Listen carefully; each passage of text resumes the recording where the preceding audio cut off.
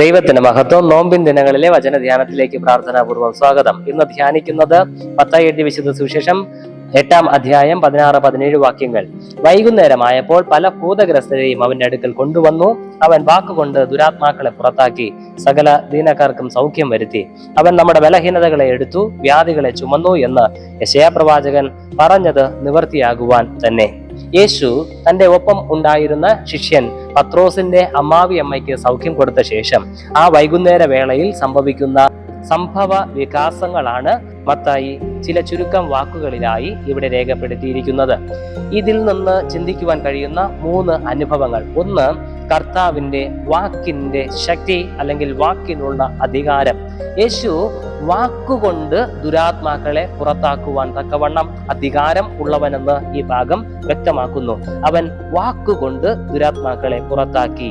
സകല പ്രപഞ്ചത്തെയും വാക്കുകൊണ്ട് സൃഷ്ടിച്ചവനാണ് നമ്മുടെ ദൈവം. ഒരു വാക്ക് പറഞ്ഞാൽ അത് അതുപോലെ നിറവേറപ്പെടും എന്നുള്ളതിന് യാതൊരു സംശയവുമില്ല. ഈ ദൈവം, ഈ യേശു കർത്താവ് നമ്മെ നോക്കി ഒരു വാക്ക് കൽപ്പിച്ചാൽ തീർച്ചയായും അത് തന്നെ സംഭവിക്കും. അതുകൊണ്ട് നാം ചെയ്യേണ്ടത്, വൈകുന്നേരമായപ്പോൾ പല ഭൂതഗ്രസ്തരെയും അവന്റെ അടുക്കൽ കൊണ്ടുവന്നു എന്ന് രേഖപ്പെടുത്തിയിരിക്കുന്നത് പോലെ നമുക്ക് ദൈവസന്നിധിയിലേക്ക് പല വിധത്തിലുള്ള ജീവിതത്തിൽ പല ഭൂതങ്ങളുടെ പിടിയിലായിരിക്കുന്ന നമ്മുടെ തലമുറകളെ, നമ്മുടെ പിതാക്കന്മാരെ, നമ്മുടെ പ്രിയപ്പെട്ടവരെ, പ്രത്യേകിച്ച് ലഹരി ആസക്തികളിൽ, സോഷ്യൽ മീഡിയ പോലുള്ള, സ്മാർട്ട് ഫോൺ പോലുള്ള ഓൺലൈൻ പ്ലാറ്റ്ഫോമുകളിലുള്ള അഡിക്ഷനുകൾ, ഇങ്ങനെയൊക്കെയുള്ള അനുഭവങ്ങളെ, അല്ലെങ്കിൽ ഇത്തരത്തിലുള്ള ദുരാത്മാക്കൾ ബാധിച്ച അവസ്ഥകളിലായിരിക്കുന്നവരെ ദൈവസന്നിധിയിലേക്ക്, കർത്താവിന്റെ സന്നിധിയിലേക്ക് കൊണ്ടുവരുവാനായിട്ട് നമുക്ക് കഴിയണം. കൊണ്ടുവന്നാൽ കർത്താവ് ഒരു വാക്ക് കൽപ്പിച്ചാൽ അവരുടെ ജീവിതം പൂർണ്ണമായി വീണ്ടെടുക്കപ്പെടും എന്ന് നാം മറന്നു പോകരുത്. 2, ബലഹീനത കർത്താവ് എടുക്കുകയും വ്യാധികൾ കർത്താവ് ചുമക്കുകയും ചെയ്യും. നാം ദൈവത്തിന്റെ സന്നിധിയിലേക്ക്, കർത്താവിന്റെ സന്നിധിയിലേക്ക് കൊണ്ടുവന്നാൽ വചനം ഇങ്ങനെ പറയുന്നു, അവൻ നമ്മുടെ ബലഹീനതകളെ എടുത്തു, വ്യാധികളെ ചുമന്നു.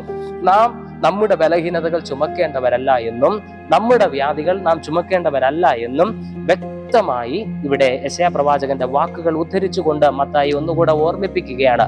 അത് സർവശക്തനായ കർത്താവ്, നമ്മുടെ രക്ഷിതാവായ യേശു ക്രിസ്തു ഏറ്റെടുക്കും എന്ന് വ്യക്തമായി പഠിപ്പിക്കുന്നു. നീ ചുമക്കേണ്ട ആവശ്യമില്ല. നീ അടുത്തേക്ക് വരിക, കർത്താവിലേക്ക് ഇതിനെ സമർപ്പിക്കുക. അവിടുന്ന് അത് എടുക്കും, അവിടുന്ന് അത് വഹിക്കും എന്ന് വ്യക്തമായി വചനം ഓർമ്മിപ്പിക്കുന്നു. നാം നമ്മുടെ മനസ്സിൽ, നമ്മുടെ ഹൃദയത്തിൽ ഇവ എടുത്ത് ഭാരപ്പെടുക, നിരാശപ്പെടുക, ആകുലപ്പെടുക, ഇതൊന്നും ആവശ്യമില്ല എന്ന് കർത്താവ് പറയുന്നു. നിന്റെ ഏത് വ്യാധിയായാലും ഏത് ഭാരമായാലും കർത്താവിന്റെ സന്നിധിയിൽ ഇറക്കി വെച്ച ശേഷം ഫ്രീ ആയിട്ട് സന്തോഷത്തോടെ ജീവിക്കുവാനാണ് കർത്താവ് നമ്മെ പഠിപ്പിക്കുന്നത്.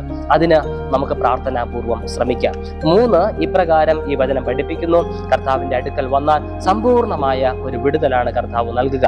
ഇവിടെ ദുരാത്മാക്കൾ മാറി എന്ന് രേഖപ്പെടുത്തിയിരിക്കുന്നു, ദീനക്കാർക്ക് സൗഖ്യം വരുത്തി എന്ന് രേഖപ്പെടുത്തിയിരിക്കുന്നു. അങ്ങനെയെങ്കിൽ നാം കർത്താവിന്റെ സന്നിധിയിലേക്ക് വന്നാൽ, കൊണ്ടുവന്നാൽ, നാം വന്നാൽ, ആത്മാവ് ദൈവത്തിലേക്ക് അടുക്കുവാൻ ആഗ്രഹിക്കുമ്പോൾ ശരീരത്തിന്റെയും മനസ്സിന്റെയും പൂർണ്ണമായ വിടുതൽ സർവശക്തനായ ദൈവം നമുക്ക് നൽകും. യേശു ക്രിസ്തുവിലൂടെ അത് നമുക്ക് അനുഭവിക്കാൻ സാധിക്കും.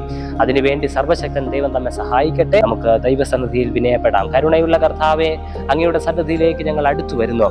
ഞങ്ങൾ ചുമക്കുന്ന ഭാരങ്ങളെയും വ്യാധികളെയും, ഞങ്ങളുടെ പ്രിയപ്പെട്ടവർ അനുഭവിക്കുന്ന പലവിധത്തിലുള്ള എല്ലാ അടിമത്തങ്ങളെയും ചുമന്നും വഹിച്ചും കൊണ്ട് നിന്റെ പീഠത്തിൽ ഇറക്കി വെക്കുന്നു.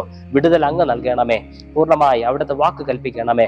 അങ്ങനെ ഞങ്ങൾ കർത്താവിന്റെ ദിവ്യമായ കൃപയിൽ സ്വാതന്ത്ര്യം പ്രാപിച്ച് ആത്മസന്തോഷത്തിൽ ജീവിപ്പാൻ കൃപ പകരണമേ.